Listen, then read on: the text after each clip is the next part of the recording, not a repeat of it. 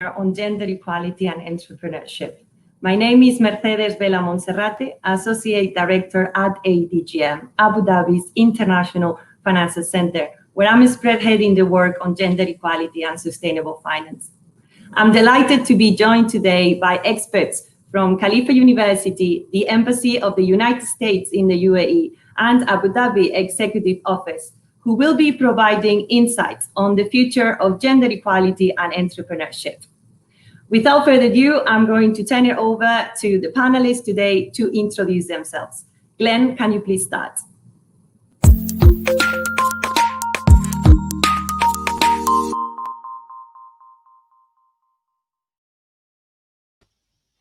Hello. Thank you so much, Mercedes, for this kind introduction and this opportunity to be here today. My name is Glenn Mushert, and I am Professor of Sociology at Khalifa University. I am an expert in teaching and research in the areas of what we call social problems. However, this idea of social problems may be better clarified with it's about finding social solutions. I'm interested very much in sustainable development, and gender equality being a crucial part of sustainable development. This is part of international, national, and organizational goals to achieve greater gender equality. And I wanted to point to an article that appeared in the UAE national newspaper on 28th of August, written by Sheikha Shama of the royal family. And it was called, "It's Time for Women to Take Their Seats in the Boardroom." It's time for UAE women to take their seats in the boardroom. I'm grateful that those at the highest levels of leadership are noticing and speaking in a supportive way for greater gender equality. And that's exactly what we're doing here today, and we hope we can make a small contribution to that. Before going on, I'd like to just thank you, say a word of thank you and gratitude towards the Khalifa University and those people who are behind, are supporting us from Khalifa University. Also make a word of thanks to ADGM, Mercedes, as well as the leadership of ADGM for having us. Thank you to my other panelists here today, and indeed, thank you to all in attendance. So I will now ask my colleague, Dr. Gina, to please introduce herself.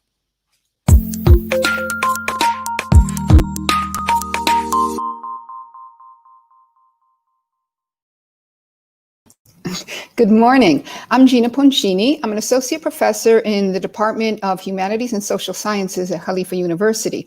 My research focuses on sustainable development, also creative collaboration and community engagement. And I'm often out at research sites. I'm very interested in what is happening here in the UAE, in Abu Dhabi, and also here at Khalifa University. I teach innovation and entrepreneurship, so I have worked with student teams, teams of Khalifa students inside the classroom for projects, outside the classroom. That's why I'm just so looking forward to talking to you today about entrepreneurial skills, entrepreneurial mindset, and the innovative mindset in our wider social and economic context here in the UAE. Thank you. Now I'll pass it over to Allison.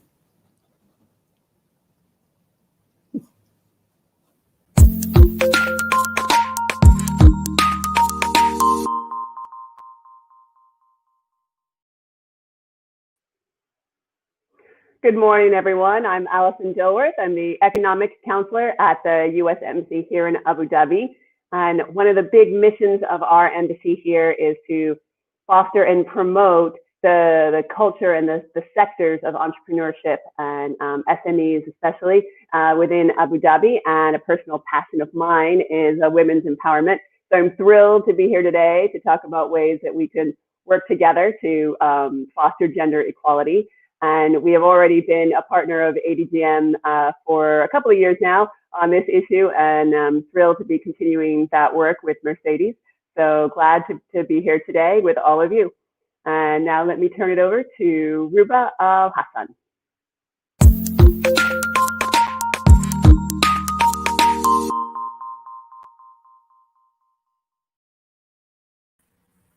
Good morning, everyone.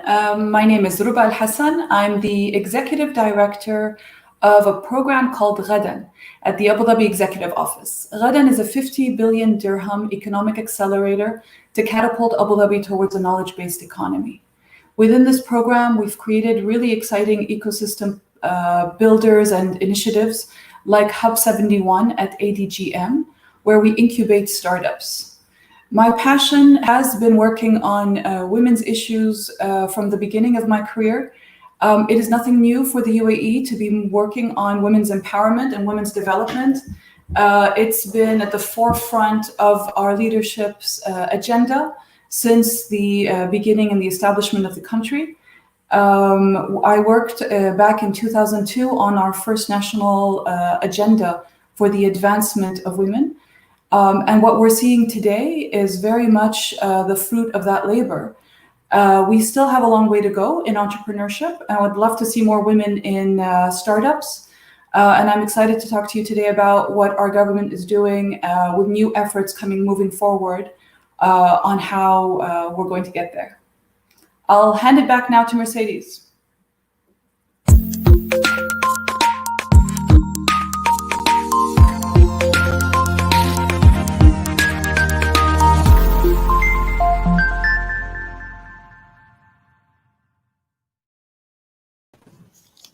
Great. Thank you very much, everybody. Now, just before we move into the Q&As and just to set the scene, entrepreneurs are acknowledged as important drivers of both economic and social progress.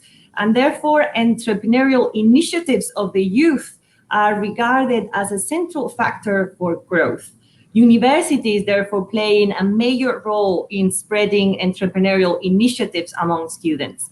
Glenn, let me start with you. How does Khalifa University see gender equality as a result and female students' empowerment more broadly? Oh, well, that's a wonderful question to start off with. At Khalifa University, we are most known as for STEM fields in research and in students. This is traditionally a male-dominated field: science, technology, and engineering, mathematics. However, we noticed that there are students, female students, are equally as capable, and so there may be like kind of a remnant of the past that travels into the future, where there's like kind of a gendered quality about certain jobs. And at KU, we're all about trying to eradicate that. So I remember being a child, and then some people would say, maybe women and girls are not as good at math and science and things like that. And I can tell you that objectively, that is simply not true. I have women students in my classes. Actually have more women students than I have men, and they are simply on the par with one another. We have this legacy that there are not enough women in the faculty and in the higher levels of the university, and so we hope that the types of plans that the UAE has put in place will move this out as more women take their rightful place in faculty and research and so on. I can tell you about a couple of things that KU is doing. We're first establishing a College of Management. It's in development right now. It will have a major focus on sustainability, and a part of sustainability is to achieve greater gender equality. So the Khalifa is committed to that, and we're building that into our programs. We also have a very active sustainable development research group, and we're working forward with that. Recently, we've also partnered with the United Nations Sustainable Development Support Network, and we're linking into other educational institutions around the UAE and the region to greater integrate our work on sustainability to achieve sustainable development goals, one of which is to achieve gender equity. So thank you for that question, Mercedes.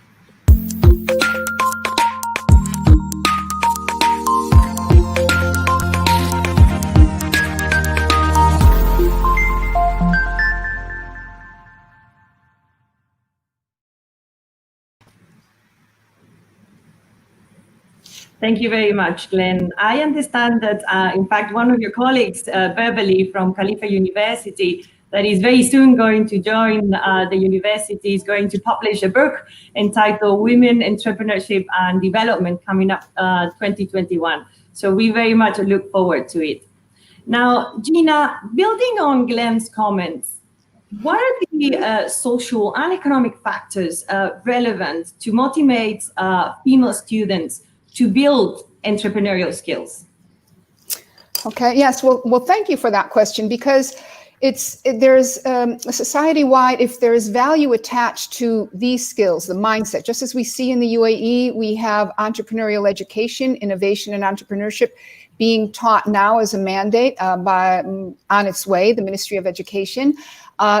This allows for a change in the mindset. We're seeing even more high school students doing this. So if we go to motivation, I like to think, what is being done to make it easier, to make it more natural for students to develop an entrepreneurial mindset, an innovative mindset, and a growth mindset, meaning failure could be inevitable. We don't want to talk about negative things here. But I'd like to also connect this to some of the initiatives at Khalifa University, because of the importance of education and female empowerment in the UAE. A lot of work is done for some of us, but they're closely interconnected. As an example, 60% of our students are female. I remember before I even moved to the UAE, everybody was saying female educational attainment. Look at the females, the women in the UAE, a high level of education. This is remarkable. It was one of the reasons I decided to come here years ago. It's just intriguing, but it's true. And if we talk about female empowerment, I will get to the entrepreneurial skills. What we see at a place at Khalifa University, now remotely a little more, also on campus, is we have this visibility of female students. They're working in teams, they're working on projects or ideas, and this is where we have the wider context where it is of value. So government entities sponsor competitions, students work together, it's gradual, they learn. So the skill itself might not necessarily be immediately finance. Pitching is always fun. I've seen in the hot houses and workshops we have at Khalifa University that these skills can be developed. And I think the visibility, if you look at any of our publications from our communications department, not the scholarly ones, you will see females widely highlighted in their activities. So this is one thing. And then, of course, as the university, my colleague talked about the Sustainable Development Goals. So some of what we're doing at Khalifa University, the plans for the future, we have the Innovation Center. What happens when people go beyond that beginning mindset? You know, being open. We don't want to jump to the solution. Entrepreneurial, we can apply these skills to our everyday life, the mindset. So students are encouraged, and wrapping up, we can say they're encouraged to notice opportunities. Let's notice opportunities, but also possible solutions. Can we risk something? Can we mitigate risks? And can we use this in our professional life? And the answer is yes. Okay, and also the innovative mindset, keeping an open mind. And we see this right now in the current situation. How many innovative and creative solutions come about with women involved, students involved. Okay, so thank you very much. Thank you so much for that. Now, perhaps very interesting to see more from the university perspective, and then from a financial services perspective of more as a financial center. And just to give you a bit of background, we are very much the place where the supply and demand for finance comes together, and where actions to connect sustainability. And when I talk about sustainability, I would like to refer to the social factors and gender equality becomes tangible across different sectors. So whether we're talking about capital markets, we're talking about insurance, investments, you name it, but also financial innovation, for example. So we as ADGM, and very much in line with the UAE 2021 vision, decided to come up with the Gender Equality Initiative that we looked at not only promoting gender equality and diversity of talent within the workplace, but also across all these different sectors. And we are doing this, looking at it from different perspectives. One perspective is through policy. So we're coming up with gender neutral frameworks that would allow men and women, based on their merits, to get to the top positions. We are also looking at establishing partnerships with different organizations. Alison mentioned it earlier. We're working with the US Embassy, but also with WISER, Women in Sustainability, which is a Masdar-led initiative. We are also working with Aurora 50 under the 2021 initiative, which was just mentioned earlier, which is about getting more female into board positions. But we are also working with the UN in order to promote female and gender equality and entrepreneurship. There are great amount of work being done currently in the UAE. I've mentioned a few, but we also have the 30% Club. We've got 100 women in finance.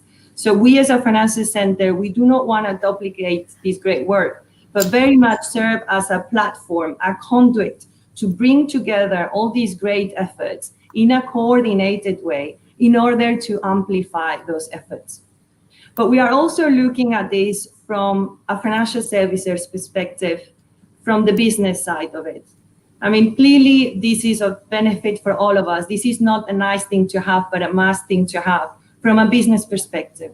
And the reason why I'm saying that is because we are looking at it through all of our different angles and sectors holistically, through the sustainable finance agenda, through our fintech agenda, but also through promoting education and knowledge through our ADGM Academy.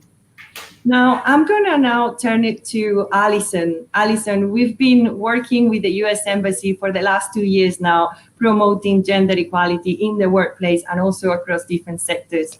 And it's been a great pleasure, and we very much hope to continue this great work. Now, last year, we organized a roundtable, and we were also tackling the same issues that we were tackling today, gender equality and entrepreneurship. And we looked at 3 main issues: access to capital, access to markets, and access to talent. And following that roundtable, we published a white paper. Alison, can you tell me a bit more about that, the roundtable, the white paper, and what the US Embassy is planning to do in order to promote gender equality in the UAE and the wider region? Sure thing, Mercedes, and thank you so much for the opportunity to speak. I was so excited last year when we got over 50 people together, right? It was, the energy in that room was incredible, and we actually had so many people, we didn't have seats for everybody. It was fantastic. And just as you said, it was this incredibly talented group of people coming together on a platform, and that's what we needed, right? We needed to get people together to make the connections. And I think, you know, what Gina and Glenn were talking about earlier matches perfectly with that. You need to bring the right talent and give them the right access to the right resources, right? And I think that is what the UAE is doing. And so we're thrilled to partner with ADGM on that. At the embassy, going forward this year, we hope to sort of capitalize on that process. I know we're going to have a working group coming out of the white paper, and we're going to talk about those challenges and see what we can do, because I think we have already the institutions, the organizations here. We just need to use them and bring that information out. So for us at the embassy, something that's super important this year is going to be data analytics. We really want to focus on the numbers and really show how incredible the UAE is in the region, but also sort of areas where we could grow a little bit, and especially in SME sectors and entrepreneurship. That's super important to us. Something that's sort of personally important to me is mentorship, and that's something that I have been passionate about my whole career. And so we're trying to find ways to link senior women mentors to junior women who are just starting out. We're working with the Academy of Women Entrepreneurs, to the AW program through NYUAD and through Zayed University. We'd love to do it at Khalifa University as well, perhaps this year, to really establish those mentorship channels for young women who are just coming in. So those are a couple of the initiatives that we have in the works. We'd also really like to bring an accreditation organization to Abu Dhabi. We see a real need to have someone who can certify that a business is gender friendly or an organization has gender equality. And you know, if you don't do that, our ambassador is very fond of saying, Ambassador Ricolta likes to say that if you ignore gender equality, then you ignore 50% of your workforce, and that's just not good business. So we hope that we can bring that accreditation organization. It's called WeConnect, and if they can get themselves set up here in Abu Dhabi, then we'll have a nice sort of channel to focus all of this talent and fantastic folks that we have in the UAE. So those are just a few of the things that we're working on, and excited to be doing it in partnership with ADGM. Great. Thank you so much, Alison. So Ruba, we've heard from the universities, we've heard from the Financial Center, and Alison from the embassy. Let me ask you, so from Abu Dhabi's executive office perspective, how are you building the ecosystem, the entrepreneurship ecosystem? Well, thank you, Mercedes, for leaving me to last so I can tie them all together. It's great. So just for your audience, the executive office is the central government of Abu Dhabi government. It's the highest level of leadership, and it's the decision-making body of the Abu Dhabi government. Our main role there, and partly within the program I run within Ghadan, is to ensure that we build the platform, the ecosystem, the policies and the structure for entrepreneurship to thrive, among the many other things that we do. So if I zoom in on that, and what that means is there is the boring stuff that you will not see in the media. When we work on policies and policy changes, they're usually legislative changes, regulations, and laws. One item that came out from the federal government just last week that we were all very excited about is the mandated by the president federal law of gender equality in pay. I believe we are one of very few, a handful of countries worldwide that mandates, makes it illegal basically to pay women less than men. I think changes like that at a legislative level are critical. And even though this was enshrined in our constitution since 1971, the federal law is just an added layer of legality that basically says we're going to have gender equality in pay. And I know there's still lots of countries, even in the West, that are still fighting for that. So we were very excited about that news that came out last week. What you said, Mercedes, I'd like to use the same, other than policies and structural reform that is done across the board. We focus also on the three main things: access to capital, access to markets, and access to talent. The universities are doing their bit on access to talent, and I'm very excited to see the new programs and the innovation hub work that is coming out of Khalifa University. We've also been supporting and watching very closely NYU AD's Start AD program that has had some great success. We also have within the program I run within Ghadan a close collaboration with ADIC, the Abu Dhabi Education Council. Exactly. To bring, and this is fresh off the press, you'll be seeing, I think, the media last week and this week on it, a partnership with École 42 to bring École 42 to Abu Dhabi. And if people aren't familiar with École 42 from Paris, it's a one-of-a-kind coding academy that has no teachers, no curriculum, and basically takes these coders into the entrepreneurship mentality of working right away on real-life problems and solutions. So we're very, very excited about École 42, and that's going to be an essential, I think, a game changer and an essential component of bringing really interesting tech talent to the ecosystem. This is going to attract people from the region and from the world. So I'm very excited about, and there's much more to come on the access to talent front, but I'm particularly excited about this 42 Abu Dhabi. And I'm sure we'll share the link because it's one to watch. On access to capital, we've been working very closely with the Abu Dhabi Holding, ADQ, and Abu Dhabi Investment Office. And we've set up through Ghadan, the Ghadan Venture Fund, which is available for financing and funding of startups. Mubadala has been ahead of us in the game and really doing really well in setting up the Mubadala Ventures Fund as well. They've been at this for quite a while. I do know that there are a lot of angel investors, and there's particular focus on some funds that are set up just to focus on women entrepreneurship, which we are also very excited.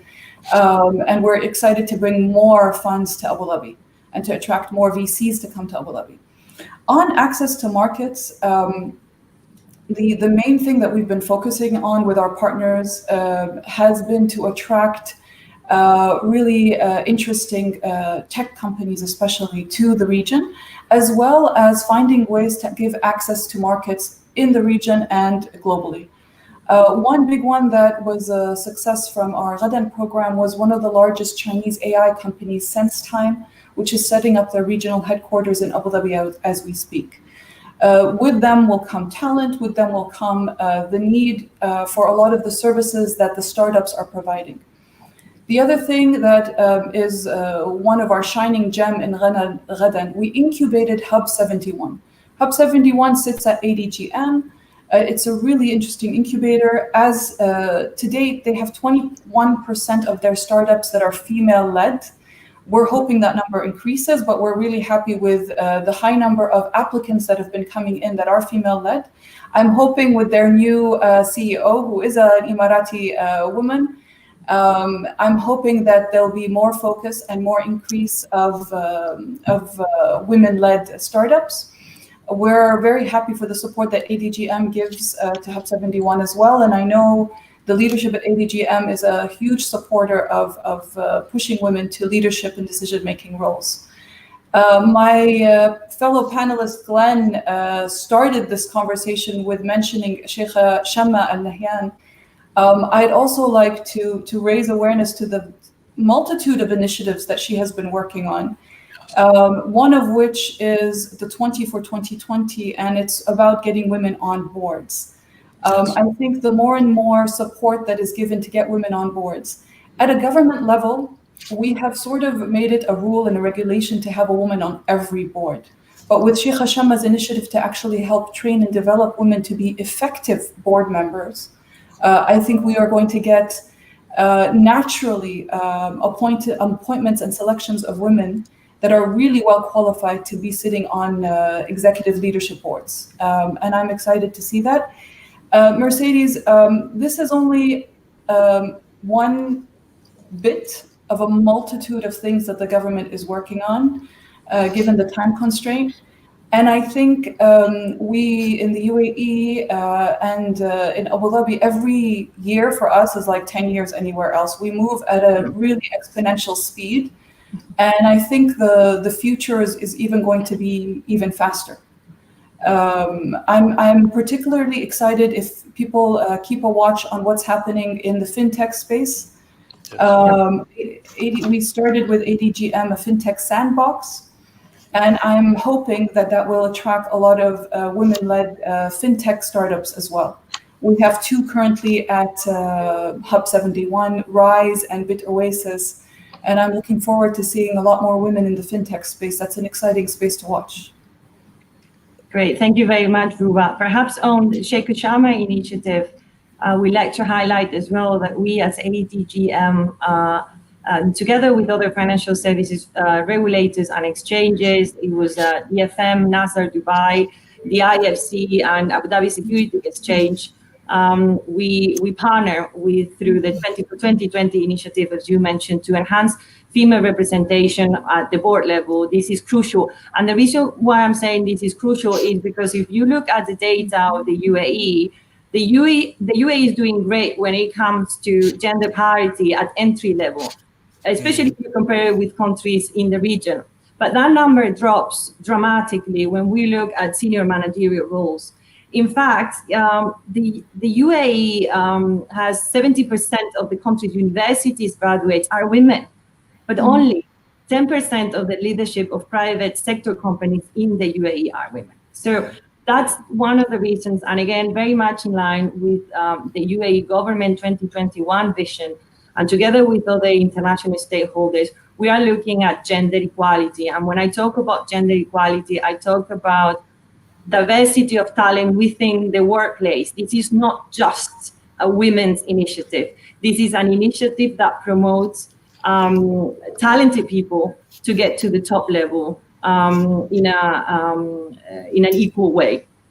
Now, based on that and all the comments, I wanted to ask you one question. So what are the goals, therefore, that we are all trying to achieve? So from the universities, more from the education, from the Financial Center, from the embassy, from Abu Dhabi. So let me start with you, Glenn. What are the goals that we're trying to achieve?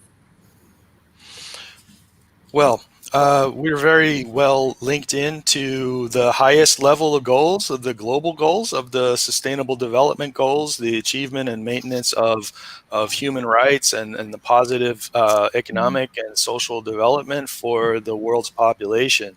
And it's very clear that if you follow down to the national level, the UAE plans and initiatives, goals fit exactly with these UN goals. And then there are emirate level goals. And as you go down through the different ministries and into the institutions, such as, the educational institutions, that we have to, when we make a plan, we have to say why this plan is not only moving our organization forward, or our programs forward, or our students forward, but also how it's contributing to the wider social goal, and how it's of the organization, of the city, of the emirate, of the country, of the world.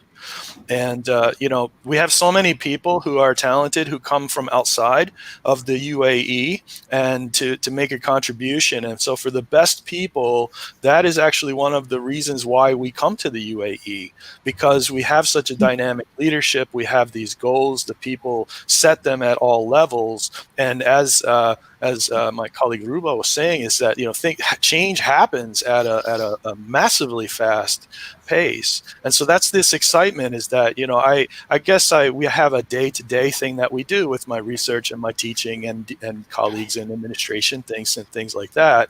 But it also gives us behind this idea that there's this larger goal that we're contributing to, and it gives a kind of a meaningfulness to what we're doing. And at Khalifa, this is like kind of one of the spirits of our group, and when we hope to even inspire that to be more so, and to help our students in moving forward as well. So thank you for that question. Thank you so much. What about Gina? Would you like to add comment on that, please? Well, I agree. The emphasis on the Sustainable Development Goals, it is very important, and this is a good framework. It's an excellent framework for global problems that need solutions. Also for the university, in Khalifa University, we are the merger of Masdar Institute, Khalifa University of Science, Technology and Research, and Petroleum Institute. And now we have Masdar Institute not only looking into innovation and technology and sustainability, but also how to cost some of these for entrepreneurial ventures.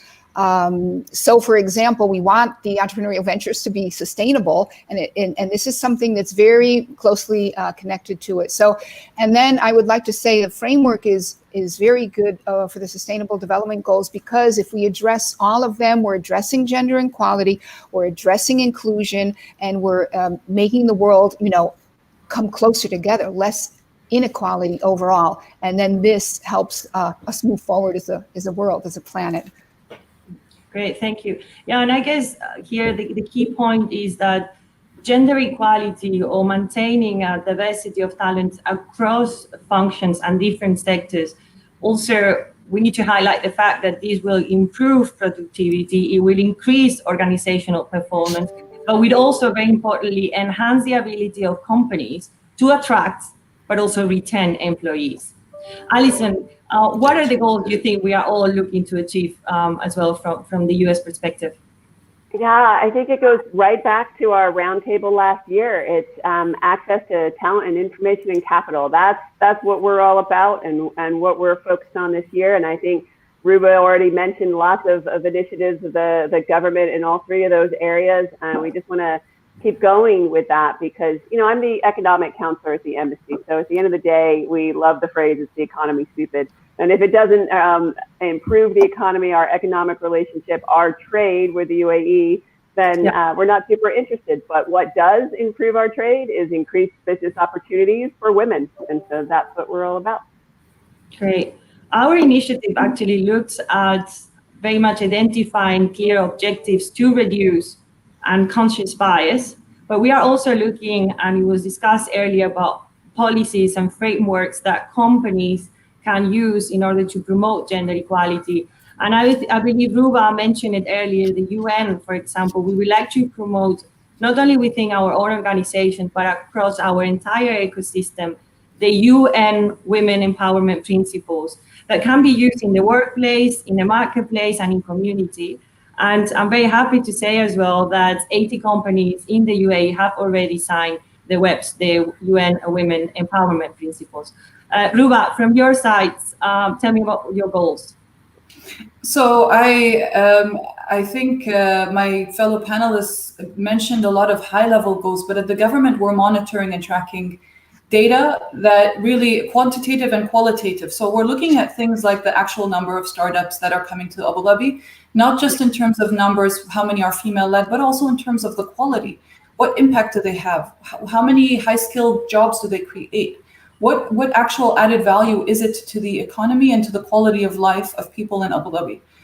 So it's not just a numbers game, it's taken more from a qualitative and more of an analytical perspective. We're monitoring FDI in terms of the foreign direct investment. Who is investing in Abu Dhabi? Who is coming in here? What companies are being attracted to come and set up in Abu Dhabi? And again, not just a numbers game or the amounts, but more of what is the quality? What do they bring with them? What is the added value? Are they creating research labs? Are they creating patents here? Are they issuing patents here? Are the type of people moving here going to help really raise the ecosystem to another level? We're looking at what is the value add from the SME, the percentage of SMEs to the economy, to the non-oil economy particularly, and how do we grow that? So while my team tracks very carefully statistics and percentages and numbers, we're also looking at how does it impact the quality of life? What does it do for the quality of life for your average national in Abu Dhabi? And how does that help? And how does that help improve? Not just in terms of the opportunities available, but in terms of a sustainable socio-economic plan for Abu Dhabi. That's how we monitor things. Mercedes, there was an important aspect that came to my mind when you mentioned the unnoticed gender biases. And I think we didn't discuss something quite important. There has been, I think, one of the challenges for women, whether it's in entrepreneurship or even in government, we were always up against the boys' club. And it was the boys, they go off and play football on the weekend, and we're not getting into those discussions. And a lot of the work happens outside of the boardroom, outside of the meeting rooms. What I'm excited to see is that there are informal networks and formal networks being established across the country. One that I'm part of in Abu Dhabi is Qiyadiyat, which is the Arabic word for women leader. And they meet to discuss how we can help each other. And that's an essential part of the discussion, the networking, the connections. I can help, get you access to something, give you an introduction to someone. Sharjah has a great one called NAMA, N-A-M-A, that stands for Advancement of Women also. And I'm excited to see these thrive and pick up and grow, because I think the networking aspect, especially in our culture and our society, is critical. It does matter who you know, and connecting with the right people is important. And I think there's enough of us women in leadership positions that can help other women. And I think that's quite critical. That's a great point, Ruba, and that brings to what we discussed earlier with Alison. So when we organized the roundtable on gender equality and entrepreneurship, we were very happy and surprised to see that when we were talking about, are there any specific barriers for female as opposed to male? And most of the people around the table would realize, well, not really. It's very much gender neutral. Now, one of the issues that was raised was about the networking. And so following that roundtable, we published a white paper together with the US Embassy, and I will be happy to share this document with you. It's on our ADGM website, where we listed all the different initiatives based on access to capital, access to education, access to talent, or to funding, and all the different organizations that are currently operating in the UAE that are already tackling these issues. So as I mentioned, Wiser, 20 for 2020, 30% Club, 100 Women in Finance, those platforms are already operating in the UAE. And so as a result, we as ADGM, in collaboration with the US Embassy, what we are looking to do in the next coming months is to create a platform where we can bring together all that great work in a coordinated way to amplify the efforts. Because you've got initiatives from the private and the public sector. But unfortunately, the feedback that we've received from most of our stakeholders is that those initiatives are very much ad hoc and uncoordinated. So somehow we need to bring all these work together without duplicating efforts, but bringing it in order to move forward the discussions and amplify all this great work. Now, let me ask you one more question before we end the session. What would you like the audience to take away from today's webinar? Glenn, I'm starting with you again. Oh, thank you. I would like the audience to rest assured that those in the academics and in the financial sector and in the government sector are all working together and studying the details and reports and so on. And all of that information is there, and it's just growing and it's being applied. So I would like to give that kind of reassurance that even though maybe the average person might not sort of read the report, they should know that these things are going on an ongoing basis, and that there's much happening. But I'd also like to leave an impression. Sometimes the statistics or the big studies, the macro level things, may not leave an impression in the heart in quite the same way. And so therefore, I'd like to just give a very brief, like, kind of statement about the Virginia Woolf, the great novelist, and she wrote a story that was called Shakespeare's Sister. And so Shakespeare, of course, is probably the greatest English language poet. He wrote about 400 years ago, and we learn his plays like Hamlet, Romeo and Juliet. Everybody around the world knows these, and you know, so we study these things, and you know, there's movie versions and so on, and it's lasting. So Virginia Woolf says, well, you know, if Shakespeare was this brilliant person, then what about his sister? We don't know if he had a sister, right?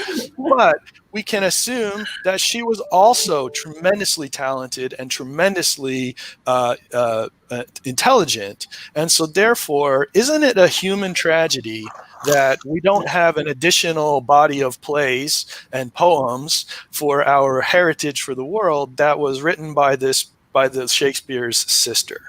Okay, and so this is just a sort of I think a story that helps to solidify this idea that women's empowerment and advancement is social power and advancement for any society. That is impossible for a society to move forward unless the women are empowered and advancing. And this goes from very simple you know, more developing countries, right, where we might focus on things like on, you know, primary education and basic access to healthcare and sanitation and things like that for the women and the girls, to a highly developed country such as the UAE, where we're now, all of those things are assured, is that there's no law that says the women can't be a CEO or an entrepreneur or whatever. And so we have a different challenge, of course, which is to sort of jump across that.